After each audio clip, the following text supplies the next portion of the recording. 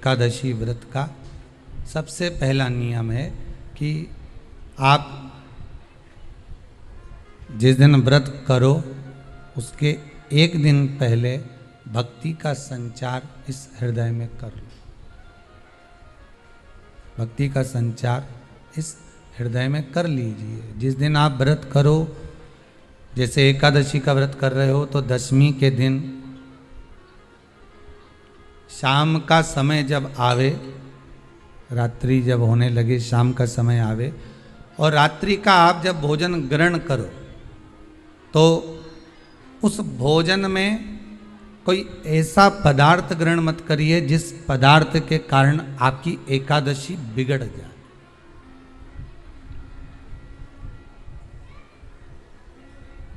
कोई बेकार भोजन हमें ग्रहण नहीं करना, श्रेष्ठ भोजन ग्रहण करिए दशमी के। और एकादशी का दूसरा नियम बहुत ध्यान से सुनिएगा। जिस दिन आपकी एकादशी का व्रत हो उस दिन प्रयास करिएगा कि अपने हाथ से किसी भी वृक्ष की कोई पत्ती टूटे ना। अपने हाथ से किसी भी वृक्ष की, पौधे की, किसी भी वृक्ष की पत्ती अपने हाथ से ना टूटे। बहुत ध्यान दीजिएगा महाराज। एकादशी का ये दूसरा नियम है कि अपने हाथ से किसी पौधे की, किसी वृक्ष की, किसी डाली की कोई पत्ती टूटे ना, कोई पत्ती ना टूटे, इसका प्रयास करिए।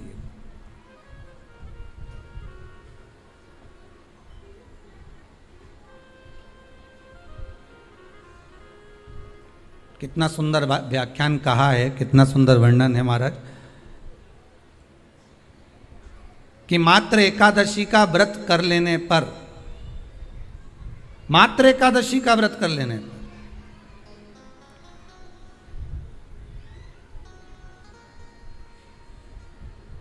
जो पूर्व में किया गया हमारा पाप कर्म है, हमने किसी जीव की हत्या करी है, हमने किसी को कष्ट प्रदान करा है, हमने किसी को अपशब्द कहा है, हमने किसी को ताने दिए, हमने किसी को आड़ा टेढ़ा कहा है, हमने किसी को गालियां दे दी है, मात्र एकादशी का व्रत ही कर लेने पर ये सारे जो दोष हैं वो समाप्त हो जाते हैं।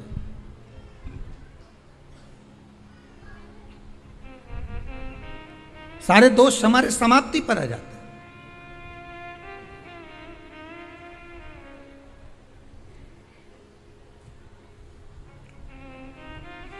अब एक विचार करिएगा थोड़ा सा अपने मन में, अपने चित्त में, अपनी वृत्ति में एक बात उतारिएगा। एक अपने मन में एक बात को उतार कर रखिएगा कि आप अपने पाप को, अपने पाप कर्म को जिस दिन छिन्न करने वाले हो, समाप्त करने वाले हो, अपने पाप को आप जिस दिन समाप्ति पर लेकर जा रहे हो तो उसके एक दिन पहले आपको प्रसन्नता होना चाहिए कि नहीं होना चाहिए कि कल मेरा पाप कटने वाला है, कल मेरा पाप समाप्त होने वाला है। जो मैंने पाप कर्म करा है वो समाप्त होगा, जो मैंने पाप कर्म करा है वो कल समाप्त हो जाएगा। तो एक दिन पहले आपके चेहरे पर प्रसन्नता हो कि ना हो।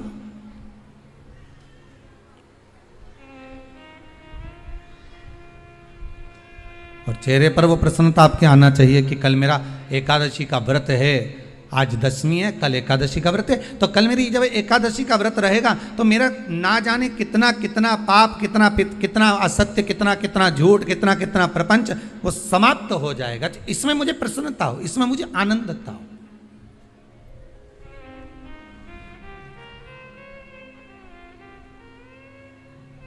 तो क्या कहा गया कि प्रयास करिएगा कि एकादशी के दिन कोई वृक्ष की, कोई डाली की, कोई कोपल की कोई पत्ती ना तोड़ी जाए। क्यों?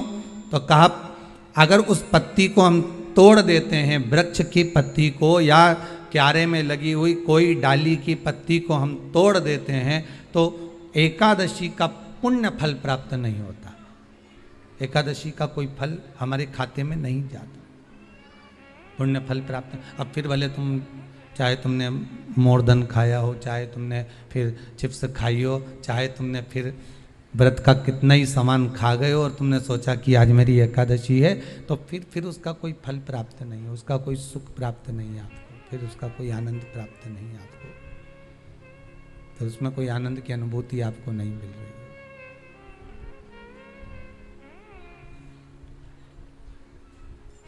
फिर उसमें कोई फल की प्राप्ति आपको नहीं हो रही। आस्था चैनल के माध्यम से जितने भी एकादशी करने वाले हैं और चतुर्थी का व्रत करने वाले हैं, बहुत ध्यान से आज की कथा सुनना कि एकादशी का आपसे आपके बच्चे पूछेंगे, मम्मी हम भगवान विष्णु का दर्शन करते हैं, हम राम जी का दर्शन करते हैं, हम कृष्ण भगवान का दर्शन करते हैं, हम भवानी माता का दर्शन करते हैं, हम शंकर जी का दर्शन करते हैं, हम सारे देवी देवताओं का दर्शन करते हैं, पर ये एकादशी माता तो कभी नजर ही नहीं आती। पूछेंगे कि नहीं पूछेंगे कि तुम जिस एकादशी का व्रत करते हो, इनका जन्म कहां से हुआ, कहां जन्मी थी? एकादशी की जन्मस्थली कहां है? भाई भगवान कृष्ण की जन्मस्थली तो मथुरा है, श्री राम जी महाराज की जन्मस्थली बोल दो जम के अयोध्या है।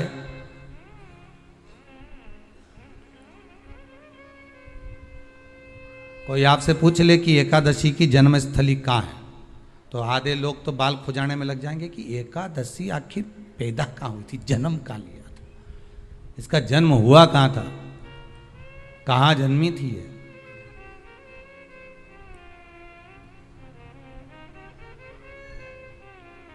इसका जन्म स्थल है कहाँ? और अगर मान लो जन्म स्थल एकादशी का है,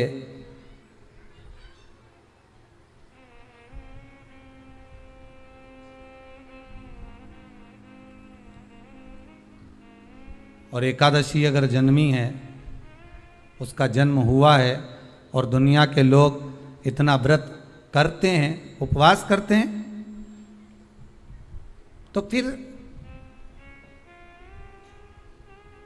इसका जन्म स्थल कहां होगा? तो कहा इसका जो जन्म स्थल है वो बद्रीनाथ। कहां पर है? बद्रीनाथ। और उस बद्री विशाल में भी एक गुफा जिसका नाम है हेमवती। क्या नाम है? हेमवती। उस गुफा में एकादशी का जन्म स्थल है। बद्री विशाल में हेमवती गुफा, जो 12 योजन अंदर प्रवेश करने जितनी है, 12 योजन की गुफा के अंदर, हेमवती के अंदर एकादशी का प्रागट्य हुआ था, एकादशी का जन्म हुआ था।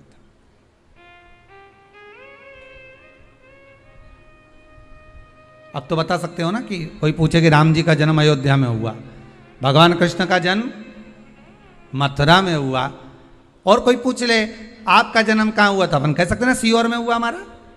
और आपसे कोई पूछे कहाँ हुए, तो कहीं इंदौर में हुए, कि देवास में हुए, कि भोपाल में हुए, कि मुंबई में हुए, कि पूना में हुए, आपका तो बता दोगे। पर बच्चे आपसे पूछ ले मम्मी तू इतनी एकादशी का व्रत करती है, एकादशी का तू व्रत करती है और सबको करा देती है कि वल्लभ कुल की एकादशी करो, भले बकरी जैसे चरो पर एकादशी करो, और सबको एकादशी कराया, तो कोई पूछ ले कि एकादशी का जन्म कहाँ हुआ था, तो आप कह सकते हो कि बद्री विशाल में, हेमावती में, बद्री विशाल के हेमवती गुफा के अंदर जो 12 योजन की गुफा है, उस गुफा में एकादशी का जन्म हुआ है।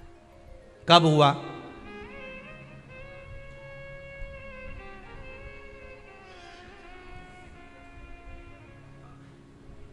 जन्म होने का कारण, राम जी के जन्म होने का कारण था रावण का संहार।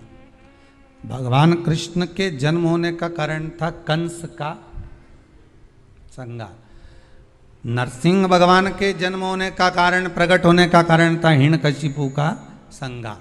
वराह भगवान के प्रकट होने का कारण था कि पृथ्वी को जल पर लाकर ठहराना, हिरण्याक्ष का संहार।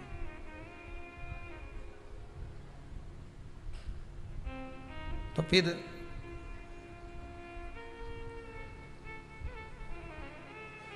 इसके जन्म का कारण क्या है? तो कहा इसके जन्म का केवल एक कारण है। सतयुग में, अब एक और बात का बहुत ध्यान दीजिएगा महाराज, सतयुग एक बार नहीं हुआ कि तुम सोचो कि सतयुग के बाद में द्वापर त्रेता आ गया, त्रेता के बाद द्वापर आ गया, द्वापर के बाद कलयुग आ। एक सतयुग नहीं है, एक त्रेता नहीं है, एक द्वापर नहीं है, ना जाने कितने कितने सतयुग निकल गए, ना जाने कितने कितने द्वापर त्रेता कलयुग, ना जाने कितने निकल गए।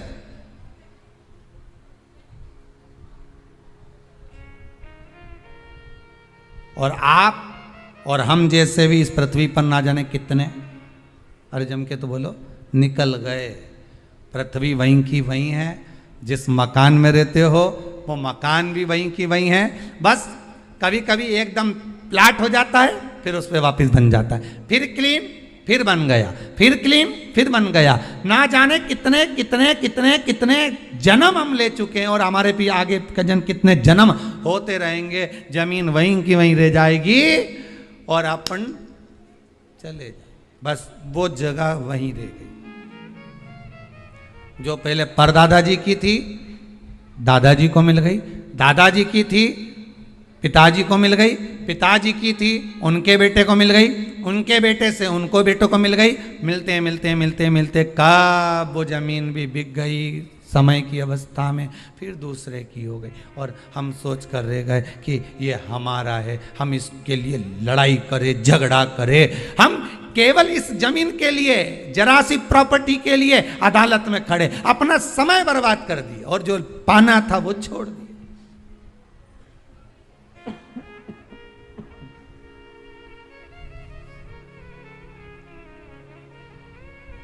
जो पाना था वो छोड़ दिया हमने।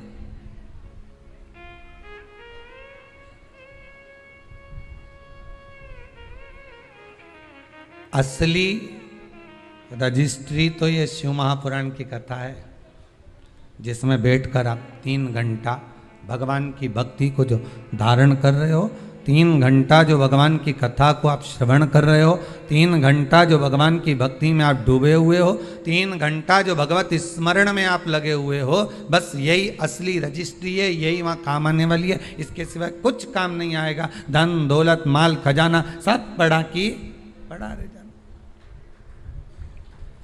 सब धरा की धरा।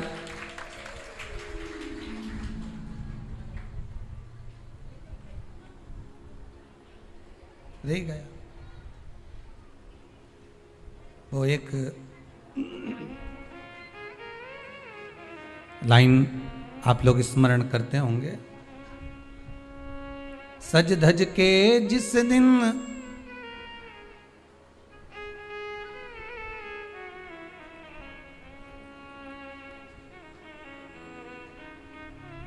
सज धज के जिस दिन मौत की शहजादी आएगी, न सोना काम आएगा न चांदी आएगा। अलमारी में धरा की धरा रह जाएगा, लॉकर में पड़ा की पड़ा रह जाएगा। लॉकर में पड़ा की पड़ा है, अलमारी में धरा की धरा है। कपड़े भी सारे घड़ी बने की बने रहे,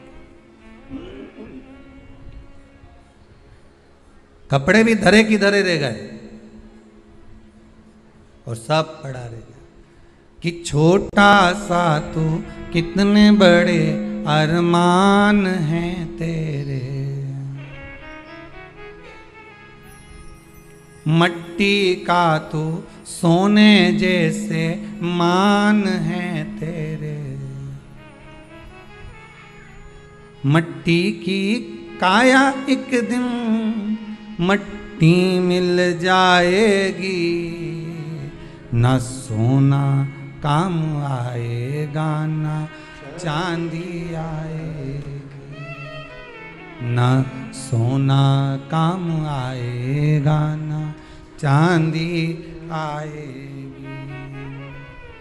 सज धज के जिस दिन मौत की सहजादी आएगी, ना सोना काम आएगा ना चांदी आएगी, ना सोना काम आएगा ना चांदी आएगी। सब पड़ा रह जाएगा, धरा की धरा रह जाएगा, सब पड़ा की पड़ा रह गया, जीव चला गया।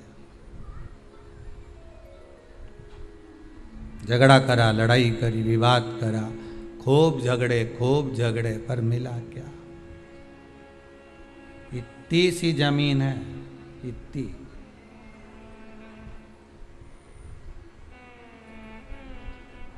मिल भी गई,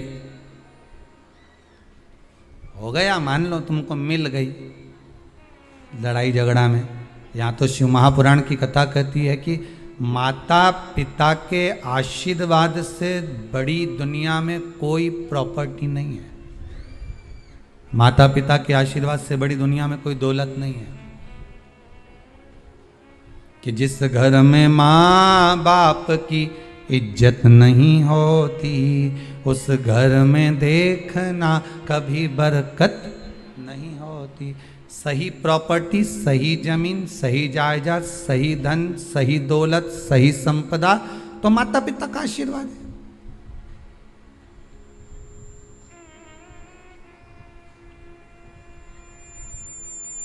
सही दौलत तो वही है, सही जायदाद तो वही है। अब प्रयास करना एकादशी के दिन कोई पत्ती ना टूटे। अगर आपको तुलसी के दल की भी जरूरत है तो आप दूसरे से कह सकते हो कि मुझे तुलसी का दल ला दे।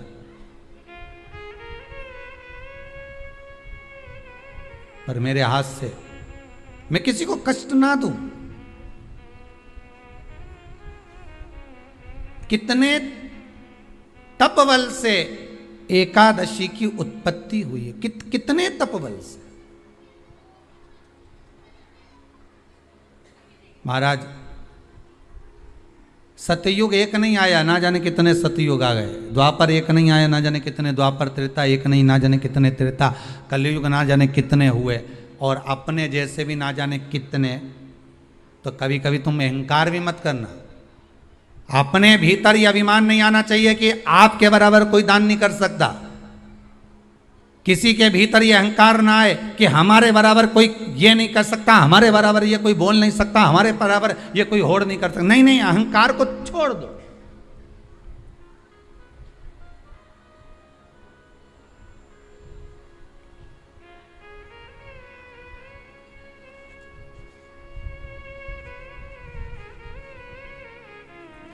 इस भारत की भूमि पर, इस भारत माता की गोद में अगर वीर भी जन्मे तो ढेर वीर जन्मे। कोई एक नहीं, कोई एक सोचे कि मेरे बराबर कोई और नहीं कर सकता। नहीं नहीं, ना जाने कितने। इस भारत माता की गोद में अगर दानी भी जन्मे तो ना जाने कितने। कोई ये ना सोचे कि मेरे बराबर कोई दान नहीं कर सकता।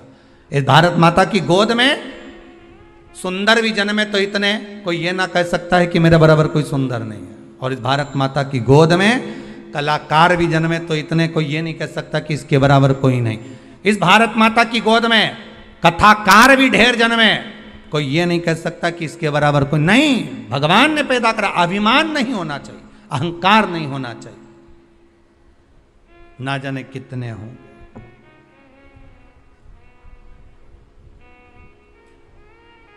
ना जाने कितने।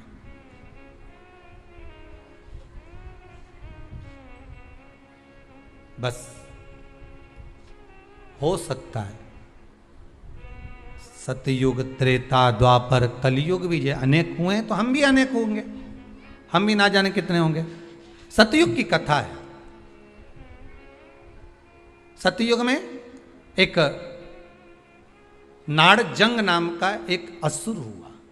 देखिए, एकादशी के जन्म की कथा शायद आपने जिंदगी में कभी सुनी ना सुनी जीवन में, पर इस जीवन में मनुष्य की देह प्राप्त कर कर अगर आप शंकर की शिव महापुराण की कथा सुन रहे हो तो एक एक संवाद को अपने जीवन में उतार कर रखना।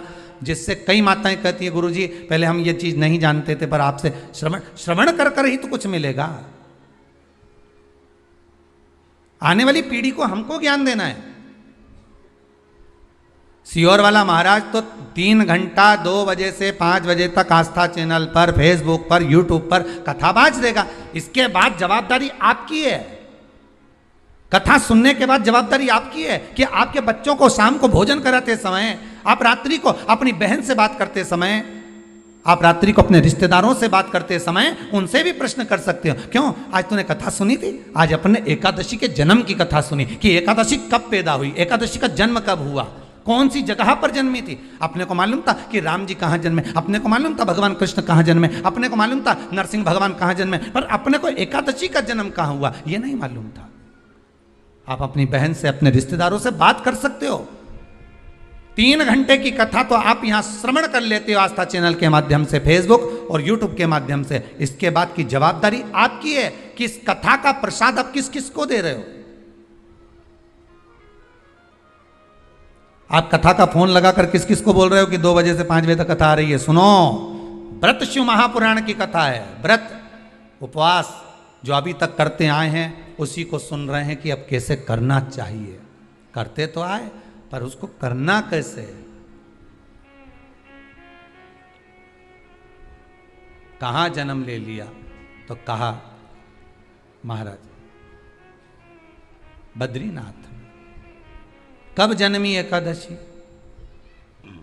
एकादशी का जन्म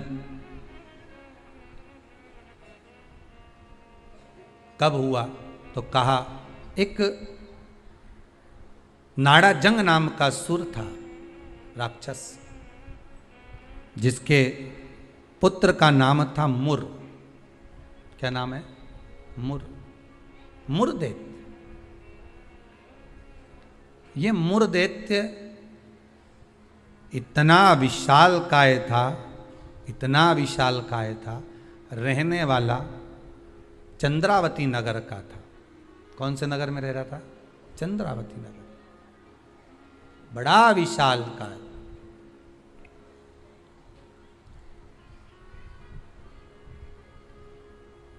इसमें बल इतना था, इतना बल था कि एक दिन मुरदैत्य ने तप साधना कर कर, दान पुण्य कर कर, स्मरण कर कर सारा पुण्य अपने खाते में रख लिया। आपको कल कथा में कहा था, उद्यापन करना मतलब उतने व्रत का पुण्य अपने खाते में जमा कर लेना, फिर वो समाप्त नहीं हो सकता। उस पर सील ठप्पा लग गया मतलब ये प्रॉपर्टी तुम्हारी हो गई। उद्यापन करना मतलब ये इतने व्रत तुम्हारे खाते में चले गए। अब ये व्रत तुम किसी को ना तो कहीं जा सकते हैं ना छिन्न हो सकते, क्योंकि उसका तुमने उद्यापन कर दिया, उस पर सील ठप्पा लग गया, उसकी रजिस्ट्री हो गई, वो आपका हो गया।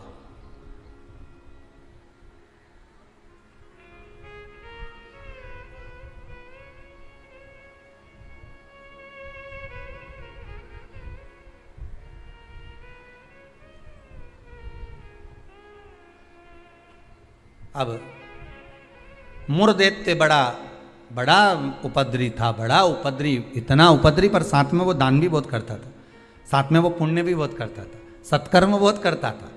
अब पर ये सब कुछ करने के साथ में वो पाप भी बहुत करता था।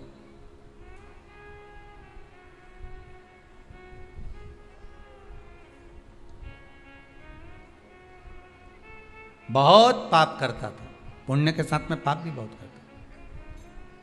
होता है व्यक्ति पुण्य के साथ में पाप कर भी देता है। शंकर जी के मंदिर में लोटा भर के पानी चढ़ाने गया और मन में विचार कर कर गया, बताओ अपने आप को कैसी इतर आ रही है। दूसरे को देख के अपन तुरंत उसी समय पे पाप कर लिया। बताओ अपने आप को कितनी इतर आ रही। अरे अरे वो इतरारे इतरान दे, तू तो अपना शंकर जी के जल चढ़ाने, हरि ओम बोलने, नमः शिवाय बोलने, अपने घर जा। तेरे को क्या करना कि इतरारी ने कई कर रही, वो करे करना। तुम तो शंकर जी भजो, शिव नाम जपो, शंकर का स्मरण करो और भगवान का भजन करके अपने घर जाओ बस।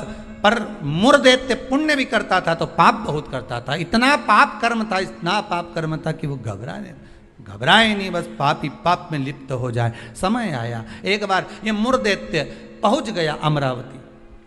अमरपुर भगवान वैकुंठ अधिपति के उस भवन में जहां 33 कोटि देवता सदा विराजमान रहते हैं, ऐसे सुंदर आनंद में भगवान के धामों में पहुंच गया। और जिस इंद्रलोक में जाता तो इंद्र को पकड़कर जमीन पर फेंक देगा। आप बहुत अच्छे से सुनिएगा महाराज, देवता ऊपर जब युद्ध करते थे और युद्ध के मैदान से नीचे गिरते थे तो मृत्यु लोक में नहीं आते थे। कहां नहीं आते थे? मृत्यु लोक में। पर मुर दैत्य इतना बलवान था कि देवताओं को जब पकड़कर फेंकता था तो किसी लोक में नहीं जाते थे, मृत्यु लोक में ही जाते थे। अब बल देखिए कितना प्रबल होगा। कोई लोक नहीं, ऊपर से फेंका तो डायरेक्ट नीचे।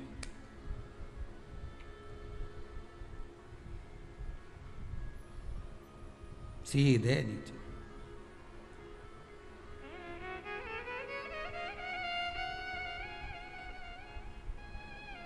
जितने लोक उतने देवता, और जितने लोक उतने देवता। अब इसने सोचा इतने सारे देवताओं को अलग अलग गिराने कब तक जाऊंगा, तो इसने क्या करा, आज चढ़ गया सारे लोकों पर और लोकों पे चढ़कर जो नृत्य करना प्रारंभ करा, जम जम के नाचना, तो सारे लोक हिलने लगे और जितने उसमें 33 कोटि देवता रह रहे थे सब मृत्यु लोक में गिर गए। अब सारे लोक में किसका राज्य हो गया? जम के बोलिए जरा। उस मुर दैत्य का। सारे लोग खाली, मुर दैत्य का राज्य। सारे देवता इकट्ठे होकर शंकर भगवान के पास में गए, क्योंकि मृत्यु लोक में आ गए तो मृत्यु लोक में कहां जाएंगे? आपको पहले भी कथा में कहा, मृत्यु लोक में जन्म हुआ है आपका। आप पृथ्वी पर जन्मे हो और मृत्यु लोक में जन्म लेने के बाद अगर आप मन में सोचो कि हम शंकर की आराधना क्यों कर रहे हैं, अरे मृत्यु लोक में जन्म लेने के बाद शंकर की आराधना ही मूल है, शिव की आराधना ही जरूरी है।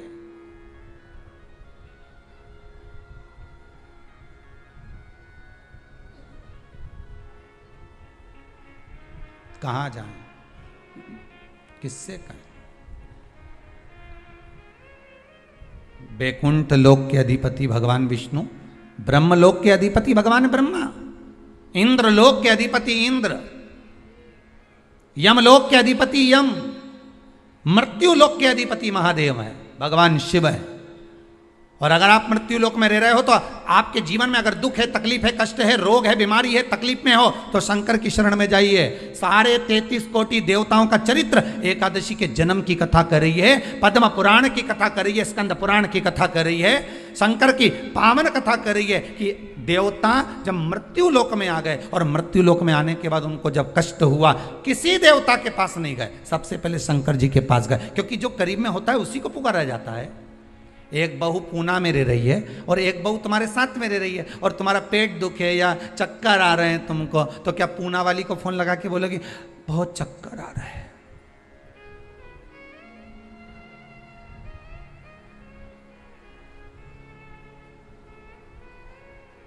पूना वाली आएगी?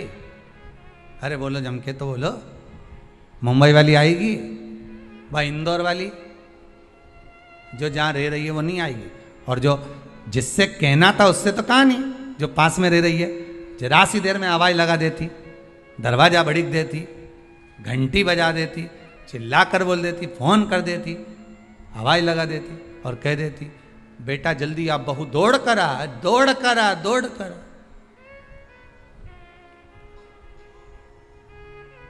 बोलो आती कि नहीं आती? कितना भी झगड़ा हो, कितनी भी लड़ाई हो गई हो, तो भी किसी को तकलीफ में है तो ऐसी कोई बहू नहीं होती जो दौड़ कर ना आए। तकलीफ में होगी, भले कितना भी झगड़ा कराओ, कितनी भी लड़ाई करियो, कितना भी विवाद हो, दौड़ के आ गए और आई तुरंत। क्या हो गया मम्मी? बस मेरे को चक्कर आ रहा है। अब तुमने पूना वाली को बुलाया, इंदौर वाली के बुलाया, बड़नगर वाली के बुलाया, ने पीपर ठौन वाली के बुलाया, ने नीमच वाली के बुलाया, सब क्या बुलाया तुमने, पर तुमने उसको नहीं बुलाया जो पास में थी।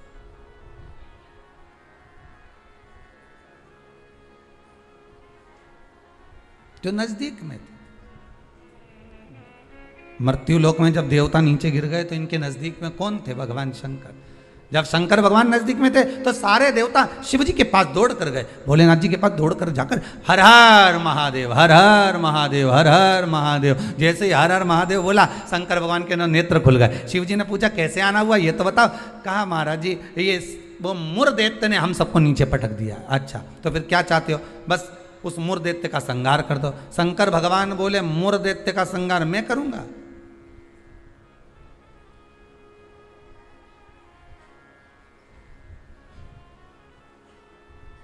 मैं नहीं कर सकता। क्यों?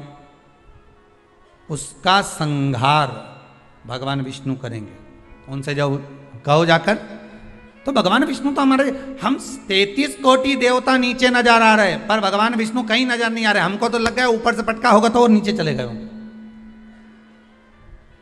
भगवान नहीं दिख रहे हमको, हमें नजर नहीं आ रहे, हम कहां ढूंढे उनको? ये हमारी दृष्टि है। हमारी दृष्टि से भगवान को हम देखने का प्रयास करेंगे ना, भगवान नहीं मिल सकता। भगवान को पाने के लिए भीतर की दृष्टि चाहिए, आत्मा की दृष्टि, मन की दृष्टि चाहिए। हमारी दृष्टि पे तो चश्मा लगा होता है। हाँ, ब्लैक कलर का लगा है तो ब्लैक दिखेगा, नीला लगा है तो नीला, पीला लगा है तो पीला, हरा लगा है तो हरा। उसी तरह हमारी दृष्टि पर चश्मा लगा है, कामी होगा तो कामी दिखेगा, लोभी होगा तो लोभी दिखेगा। चोर को चोर नजर आता है, साहूकार को साहूकार नजर आता है, बेईमान को बेईमान नजर आता है, ईमानदार को ईमानदार नजर आता है, धर्मात्मा को धर्मात्मा नजर आता है, पुण्यात्मा को पुण्यात्मा नजर आता है। साहूकार को साहूकार दिखेगा, ईमानदार को ईमानदार दिखेगा, ढोंगी को ढोंगी नजर आएगा, पापी को पापी नजर आएगा, कपटी को कपटी नजर आएगा। आप जैसा चश्मा लगाए होगे सामने वाला व्यक्ति वैसा नजर आएगा। आप अपनी आंखों का इलाज अच्छा करवाओ, सामने वाला व्यक्ति अपने आप ही अच्छा नजर आने लगेगा, अपने आप। हमारी सास तो हमेशा हमारा बुरा ही सोचती है। सास बुरा नहीं सोचती, चश्मा गड़बड़ हो गया। समझ गए? अरे बोलो तो, समझ गए ना? चश्मा गड़बड़ हो गया मतलब दृष्टि गड़बड़ हो गई। हमने देखा हमारी सास हमारा बुरा सोचती है, मतलब बुरे हम हैं, हम सोच रहे हैं बुरे। अगर अच्छा सोचते तो कह देते हाँ है तो सास ना, इन्होंने मेरे पति को जन्म दिया है, और मेरे पति को जन्म दिया। जब पति इतना प्रेम से मेरे से व्यवहार करे तो सास क्यों व्यवहार खराब करेगी? अरे बोलो तो, करेगी। जब पति तेरे लिए जेब में भर के गजक लाए, कुरकुरा लिया है, चिप्स लिया है, तब तूने एक बार भी नहीं किया कि बताओ मेरा क्या जो, तो कहे पति अच्छा है पर सास बुरी। नहीं नहीं, दृष्टि हमारी बुरी है, उसमें हमें सामने वाला व्यक्ति गलत नजर आ रहा है। हम अच्छा देखना प्रारंभ कर देंगे ना तो हमको अच्छा मिलने लगेगा। बुरा जो देखन में चला और बुरा न मिलया कोई, कौन मिला फिर बुरा? ये मन।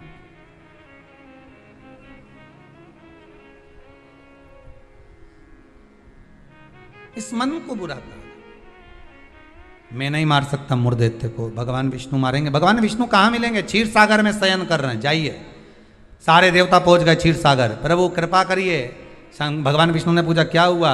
वो मुर्दैत्य ने आक्रमण कर रखा है, सबको उठा उठा के पटक दिया, एक भी नहीं बचा, सारे लोग खाली पड़े। अच्छा फिर मां कौन बैठा? तो क्या मुर्दैत्य बैठा अकेला? आओ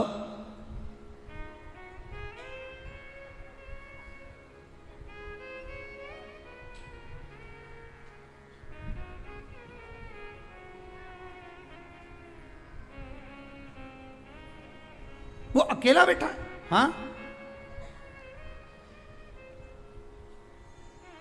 भगवान विष्णु बोले आप चिंता मत करो, चलो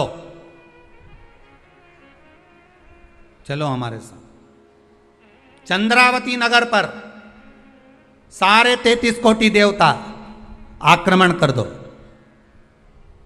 शंकर भगवान तो मुस्कुराने लगे। एक मुर्दैत्य के लिए 33 कोटि देवता अपना अपना लोक छोड़कर आ रहे हैं युद्ध करने के लिए। विचार करिएगा जरा। एक व्यक्ति की हस्ती मिटाने में, एक व्यक्ति की हस्ती मिटाने में ना जाने कितने लग जाते हैं नीचे गिराने में, ना जाने कितने।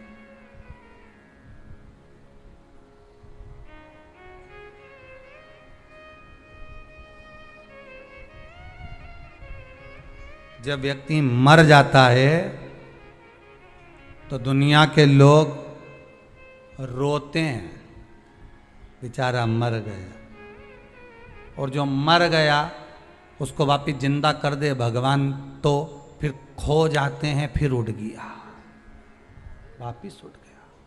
फिर ना जाने कितना मेहनत करेगा, कितना कमाएगा, ना जाने कितनी बिल्डिंग बना लेगा, ना जाने कितना धन जोड़ लेगा, खो गए। मरा तो रो गए।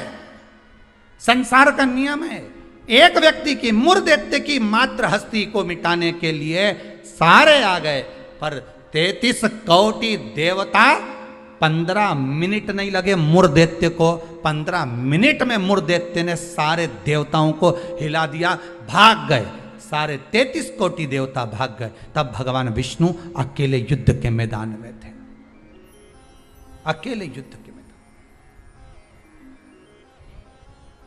और अकेले भगवान विष्णु जब युद्ध के मैदान में युद्ध प्रारंभ करा, भगवान ने उठाया सुदर्शन चक्र और भगवान ने उठाकर सुदर्शन चक्र को फेंका। मूर्धदेत्य के जितने जितने असुर थे, जितने राक्षस थे, सबका संहार करने के लिए फेंका। फेंक तो दिया, सारे जितने असुर थे वो मर भी गए, पर मूर्धदेत्य इतना प्रबल था कि उसने एक फूंक मारी, सबको जीवित कर दिया। भगवान विष्णु आश्चर्य में पड़ गए, गजब गजब। ये एकादशी के जन्म की कथा है।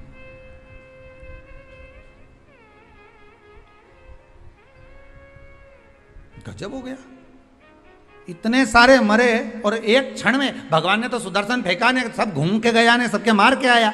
वो के तो 1 घंटा, आधा घंटा, 15 मिनट, 10 मिनट, 5 मिनट लगे होंगे। इसने तो एक फूंक मारी, जो यहां से चालू करा, हैप्पी बर्थडे टू यू, एक फूंक में ही सब निपटा दिया। ले, सब जाग गया, सब।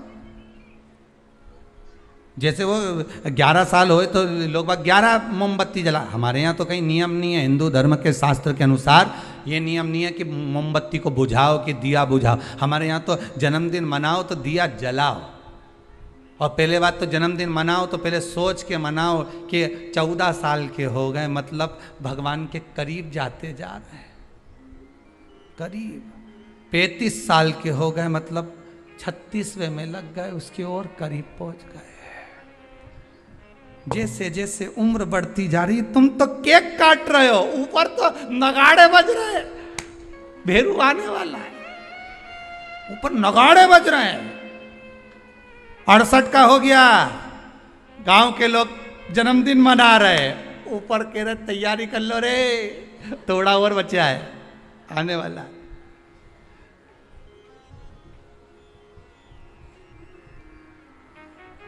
कई लोग पूछते हैं तो गुरुजी क्या हम जन्मदिन नहीं मनाए? हमने कहा मनाओ। तो आप तो ऐसा बोलते हो। हमने कहा जन्मदिन मनाना मतलब हम तो समझ जाते हैं कि ये जन्मदिन इसलिए मना रहे हो क्योंकि तुम्हें खुशी है भगवान के पास जाने की, इसलिए मना रहे हो कि अब हम भगवान की ओर करीब हो गए, हम और करीब हो गए, हम और करीब हो गए। अरे जन्मदिन आता जाए तो विचार करते जाओ कितने साल निकल गए।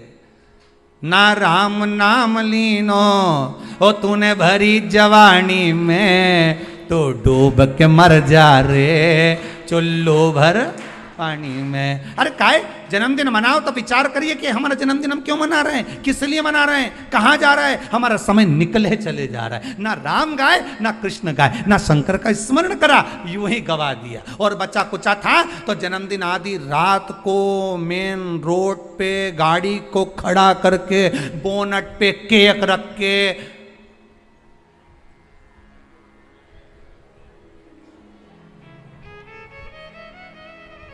तो बेचारा इतना अच्छा व्यक्ति का जन्मदिन रोड पे मना रहे जैसे बेचारा अनाथ है रे, इसका कोई नहीं बापड़े का। उसके घर में उसकी मम्मी है, उसके घर में उसके पिताजी हैं, उसके घर में उसका भाई है, उसके घर में पूरा परिवार है, और जन्मदिन कहां मना रहा है? रोड पे। हैप्पी बर्थडे टू यू, क्योंकि अनाथ है तो जन्मदिन रोड पे मन रहा है। अगर अनाथ नहीं होता तो जन्मदिन उसके माता पिता को खड़े रखकर मनाते हैं कि इस माता ने जन्म दिया है तेरे जैसे बेस्ट फ्रेंड को, इसको जन्म दिया है, इस माता ने मेरे दोस्तों को जन्म दिया। खुश होते कि माता पिता ने जन्म दिया। सबसे पहले जन्मदिन पर अगर पूजन करना है तो माता पिता के गले में माला पहनाओ कि इनने तुम्हें जन्म दिया है, तुम्हारे जैसा व्यक्ति इसने पैदा किया है, तुम्हारे जैसे जीव को इसने जन्म दिया है। तुम्हें जो दोस्त मिला, तुम्हें जो फ्रेंड मिला, जो तुम्हें, समझ गए, भेरू के भेरवी ने भेरवी के भेरू मिल गया। तो जिसने जन्मदिन की खुशी उनके सामने मना।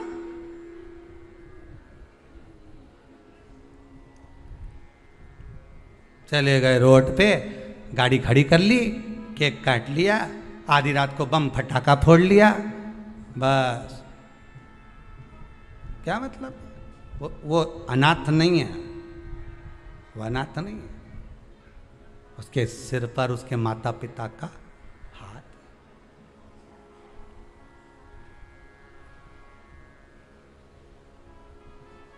ने एक फूंक मारी केक की,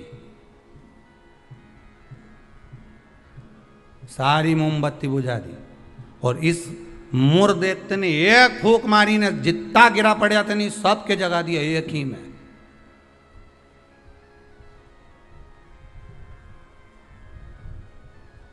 मेरे को तो लगे वो कहीं कहीं का बाबा जोगी और नहीं हो, नहीं जिसके यहाँ झाड़ा लगवाने लोग जाए, एक फूंक मार दो उठी क्या। तो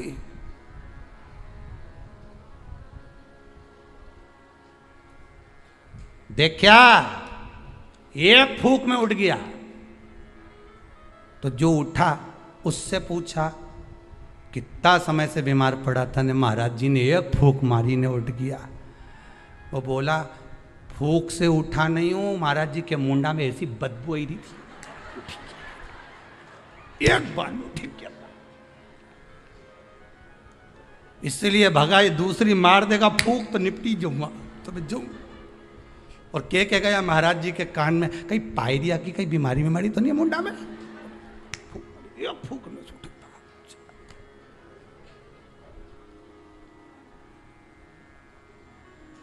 अब अभी महाराज जी ने उसको मारी थी, अब महाराज जी खुद के मार के देखो,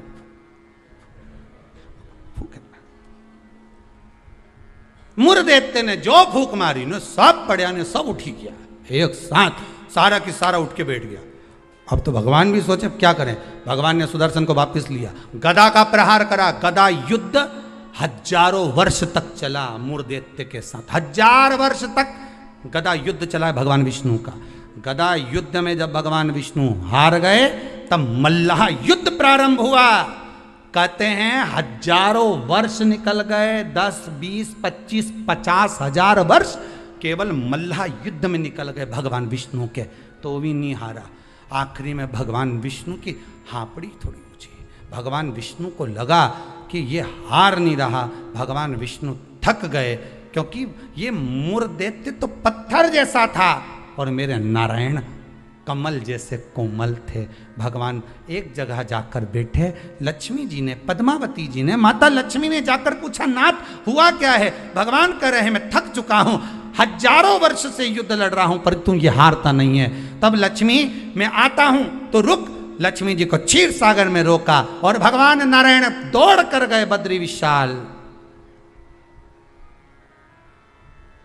हेमवती गुफा में प्रवेश कर गए। 12 योजन की उस गुफा में मेरे भगवान प्रवेश कर गए। जाकर मेरे नारायण सो गए क्योंकि इतने थक चुके थे।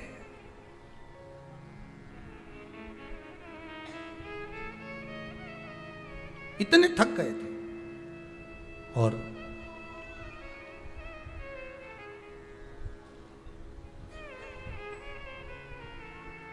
इतने थक गए भगवान, इतने थक गए, सो गए। मुर्देत्य भगवान के पीछे पीछे दौड़ कर आया कि आखिर ये जा कहाँ रहे हैं। ये जा कहाँ रहे हैं? मूर्धैत्य ने विचार करा, आज भगवान भाग कर कहाँ जा रहे हैं मुझसे? केवल वो काल्यावन को देखकर भगवान युद्ध का मैदान छोड़कर नहीं भागे थे, यहाँ मूर्धैत्य को देखकर भी भगवान युद्ध का मैदान छोड़कर भागे थे। भगवान का नाम था रणछोड़ राय। कहाँ जा रहे हैं? किस जगह जा रहे हैं? चले।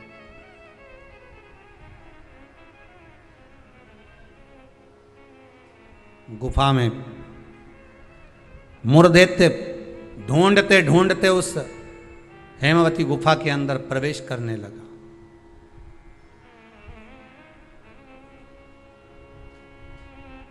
वहां पर हेमवती गुफा में जैसे ही प्रवेश करा, उस समय पर पाप पुरुष, कौन सा पुरुष है? पाप। व्यक्ति का जो पाप होता है, जब वो पुण्य वाली जगह पर जाता है, सत्कर्म वाली जगह पर जाता है, तो उसका जो पाप पुरुष है, उसका जो पाप है, वो उसके सामने आकर खड़ा हो जाता है। बहुत ध्यान देना। क्यों कहते हैं कि मंदिर जाओ? क्यों कहते हैं तीर्थ जाओ? क्यों कहते हैं सत्संग में जाओ? क्यों कहते हैं कथा स्मरण में बैठ जाओ? क्यों कहते हैं? हमारा जो पाप है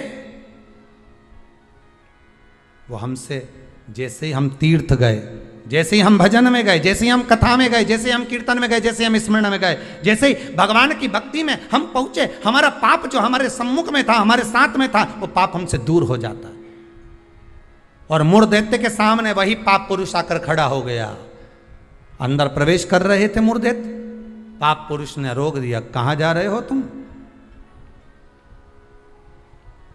तुम्हें मालूम नहीं तुम कहां प्रवेश कर रहे हो? तुम्हें ज्ञात नहीं है क्या? ज्ञात है। मैं भगवान विष्णु को ढूंढने जा रहा हूं, उनके साथ मेरा युद्ध हो रहा था। अच्छा, मैं भगवान विष्णु को ढूंढने जा रहा हूं क्योंकि उनके साथ मेरा युद्ध हो रहा था। पाप पुरुष ने रोक दिया, अंदर नहीं जा सकते क्योंकि अंदर पुण्य है। आप रुको वहीं पर। रोक दिया। जब